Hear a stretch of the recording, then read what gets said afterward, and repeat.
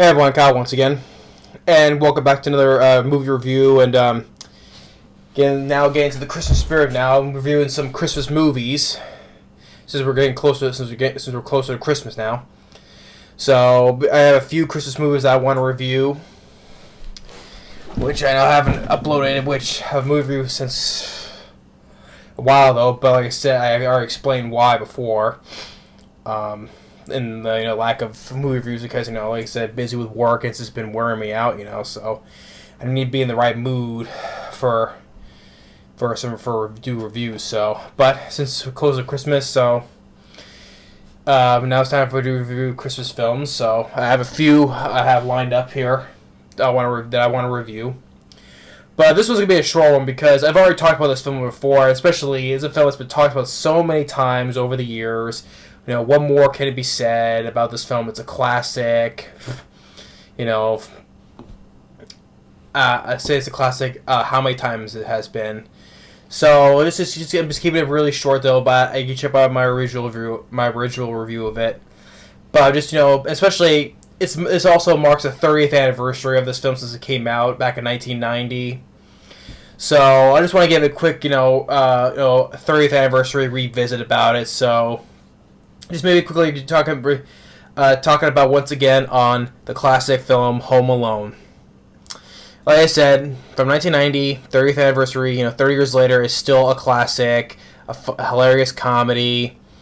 What more can be said about Home Alone?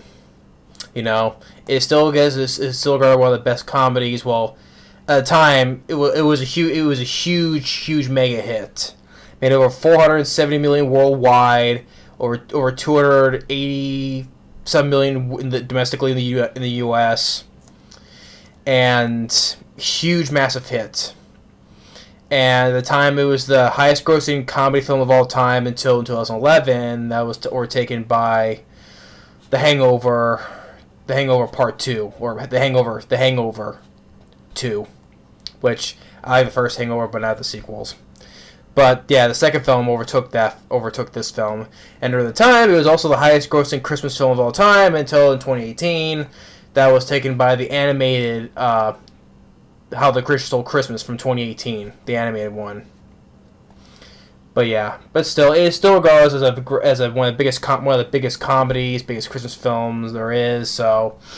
But what more can I say about Home Alone? I still love Home Alone to this day.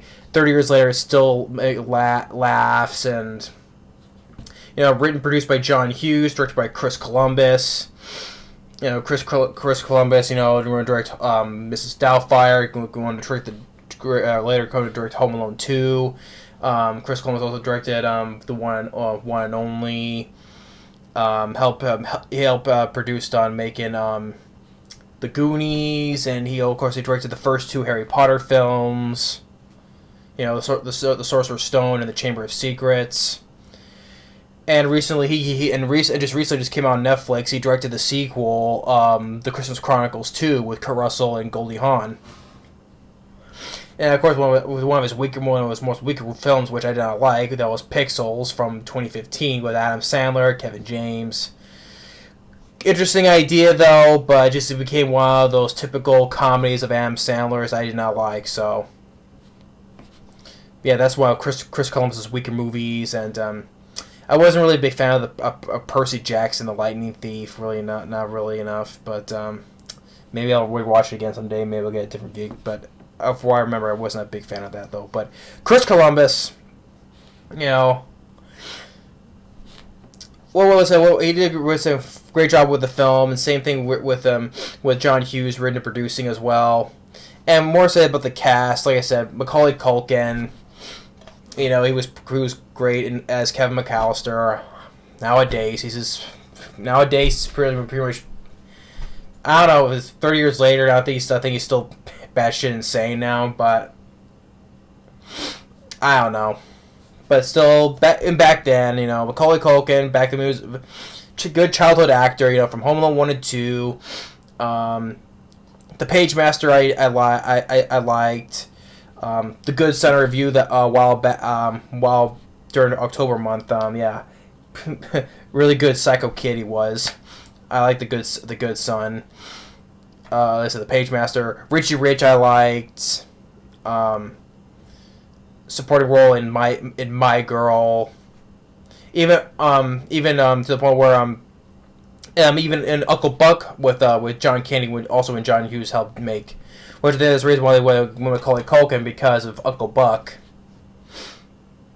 But Macaulay Culkin did a great job in Home Alone, and of course our two other leads here, Joe Pesci and Daniel Stern, really worked well together.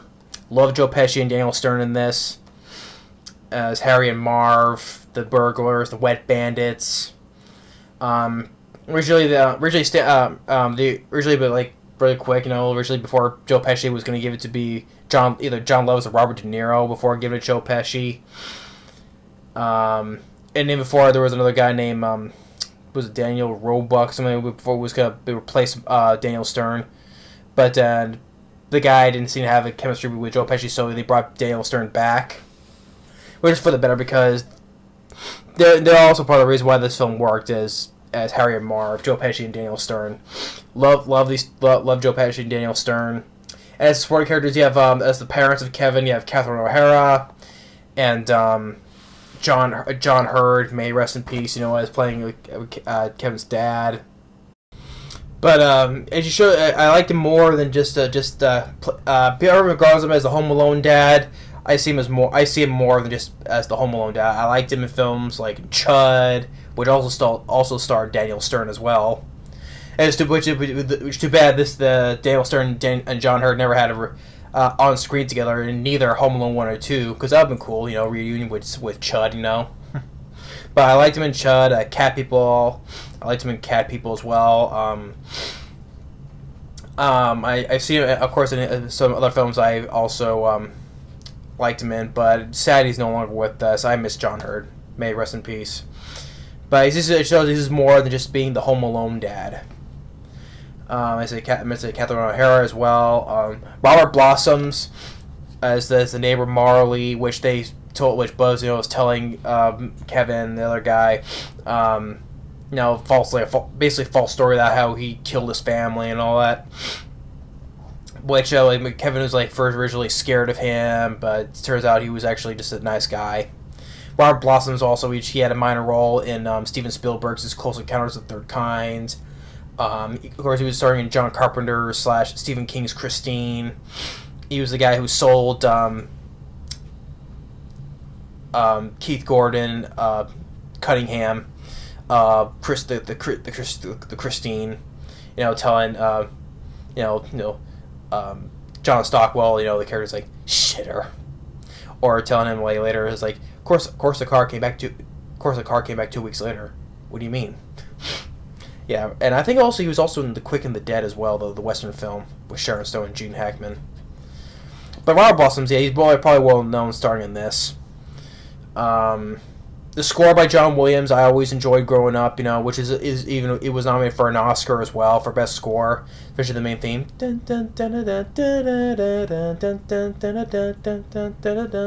Yeah.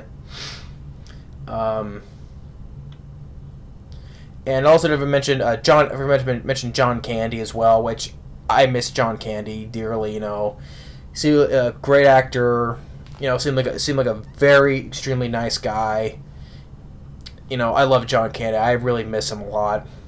In which I believe he filmed all of his scenes all in one day, and then I believe also because he improvised all of his dialogue, and plus he started the film because it was a favorite for John Hughes. Especially using from Planes, Trains, and Automobiles, Uncle Buck, and which I missed John Candy so much. I always loved him in Planes, Trains, and Automobiles. I always enjoyed his role as playing Barf in Mel Brooks' Spaceballs. I'm a Mog, half man, half dog. I'm my own best friend. Like I said, Uncle Buck, the one and only. It was a role in Splash with Tom Hanks. And I just I really miss John Candy a lot. So, but yeah, nice to see him in here as the one who's helping Catherine O'Hara get her a ride, giving her a ride home. You know, this polka band. But yeah, so yeah, and what more can I say? And what more can I explain about the plot? Kid named Kevin McAllister, you know, but basically the whole family doesn't like. Even Uncle Frank, the jerk Uncle Frank, even calls him, "Look what you did, you little jerk!" The cheapskate he is, and which even caused a problem. It was basically the older brother Buzz who made him, basically was provoking him with the pizza and all that. But Kevin's at fault anyway. So yeah, the family runs late. You know, runs to the airports, and they forget Kevin. They forget all about him. Kevin's originally all happy. You know, I made my family disappear. He's having a good time, looking at dirty magazines, watching violent movies like Angels with Filthy Souls. You know, eating lots of junk food and keep the change, you filthy animal. And, you know, ordering his own pizza later, using the movie to scare the pizza guy off. Or even later, scaring Marvel the same way, with lighting off fireworks. But, you know, he takes on other responsibilities as well. It's not all fun and games. Like, he goes grocery shopping, does all the laundry. You know, so, you know, taking on more adult stuff, responsibilities. And meanwhile, what's going on? You know, earlier Joe Pesci was posing as a cop, you know, scouting out the places for them to rob, for him and Daniel Stern to rob. Pardon me, Harry and Marv, the wet bandits. You know, because you know, Daniel Stern and Marv always leaving, you know, clogging up the sinks, leaving the sinks running, overflowing the houses. And for their first attempt to rob the McAllisters, they get scared away. But then when they come back, they see, like, even Kevin sets up all these elaborate things and making it seem like there's people at home. You know, you have the song "Rocking Around the Christmas Tree," making all these like cardboard cutouts of Michael Jordan and some other dummies. You know, make it seem like there's people at home. You know, he's manipulating, moving all of them.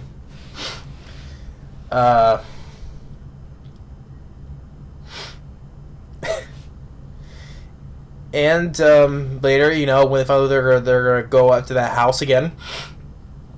Before that, he goes to church and he talks to Robert Blossoms. You know, get to talking to each other, a nice conversation. You know, saying that all these false stories that was made about him, and talk about how he had a little falling out with his son, and Kevin, you know, reconcile about that with his family. So he gives him a little pep talk and tells him that, you know, just talk to his son, basically. And you see him later at the end, you know, he reconciles with his family. And then later, famously, what people want over the years, people mostly know about the films because is the finale, the booby traps. And like I said, more I can say about the booby trap sequence. You know, you have this theme where he's setting up all this traps. You know, with John Williams' score. Dun dun dun dun dun dun dun dun dun. And hilarious hijinks ensues, basically. Especially when he shoots him with a BB gun, you know, Harry in the groin, which that always got to me, especially when you get at that close range with a BB gun shot in the groin like that. And of course, the Joe Pesci is hilarious when he... Of course, Joe Pesci's always been known to swear a whole bunch of his movies, especially in Goodfellas, Lethal Weapon movies. You know, it's always fun, maybe I always say in a weird way, trying not to swear, but say, shoot! It's always hilarious when Joe Pesci tries his interpretation of swearing in a PG movie, basically. And then Daniel Stern shot in the head, and then the slippery eye steps, Harry getting his hand burned on the doorknob, and which that was always painful. It's hilarious, but it's always like, oh, you know, it's always painful to watch because you could feel that, you know, the pain, getting your hand burned on the hot doorknob, or when Marv steps on the freaking nail in the stairs, you know. And this is always Daniel starts screaming. You feel that pain. In which I said, my mom loves Daniel Stern. He always plays such a good blithering idiot, especially in this film and more in the second film. Which my mom always says, you know, that he always has this habit of not looking down. You know, he doesn't look down when he steps on the nail. He doesn't look down when he steps on the broken on the ornaments. You know, he doesn't look down in Home Alone 2 when he falls down the hole in the floor. He doesn't look down when he steps on the slime, which causes him to slip. You know, He always has this thing of not looking down, but what happens. That's what my mom always says. Doesn't look down. But yeah, but the stuff, like I said, stepping on the nail, and then he steps on the broken ornaments. I'm gonna kill that kid. It's always these painful, excruciating things, which I always feel, especially when you're barefoot, and especially, stepping on broken ornaments, steps on another one. And then the paint cans, in the face. And then, of course, the hilarious thing with the tarantula. Kevin puts it on Mara's face, and just this hilarious when he just freaking screams. Oh, man. And then we use the crowbar. It's on Harry. He's like, Harry, don't move. Just right here. Ouch. And then when he gets when Kevin swings to the treehouse, and then they're like, where'd he go? Maybe he committed suicide. 60 minutes in. Well, I said I was gonna try to make it as short as I can, though. But what more can I say about Home Alone? But like I said, at the end, when the Robert Blossoms whacks him in the head with the shovel, and then they get arrested, and the family comes home, and then Buzz screaming, "Hey Kevin, what'd you do to my room?" But yeah, Home Alone. What can I say? Like I said, it's nothing more than a classic. 30 years later, it's still hilarious. And like I say, Macaulay Culkin, great as Kevin McAllister. Joe Pesci, Daniel Stern, hilarious together as Harry and Marv. Even Catherine O'Hara and John Hurt, I still like. And it was great. John Candy, I always enjoyed. I miss him again. Like I said, the score by John Williams, written by John Hughes, directed by Chris Columbus. Yeah. Home Alone, like I said, 30 years later, still hilarious, fun Christmas comedy. To me, this film never gets old. Yeah, even 30 years later, it's a film that doesn't get. To me, I don't think it's not old to me. To me, it's not. Well, I'm sure it probably says outdated film because nowadays you think, the whole time with technology, you could just simply call whatever with phones and all that stuff. But back then, come on, give leniency about how it was back then. That's why I feel you say it's an outdated movie with technology. Yeah, sure, but still. Back then, come on. You think really something inventive back then? No. But yeah, Home Alone, still love it to this day. Definitely a classic. 30 years later, it's still a fun, hilarious comedy. Especially with all three stars right here. Love Macaulay Culkin, Joe Pesci, Daniel Stern. Great.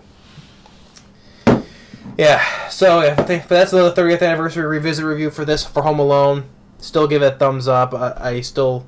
Give it 2 thumbs up. Why not? It deserves it. It's still a classic to this day. People still nowadays love Home Alone, regardless as a classic as well. Thanks for watching. Stay tuned for the next Christmas movie review. Later.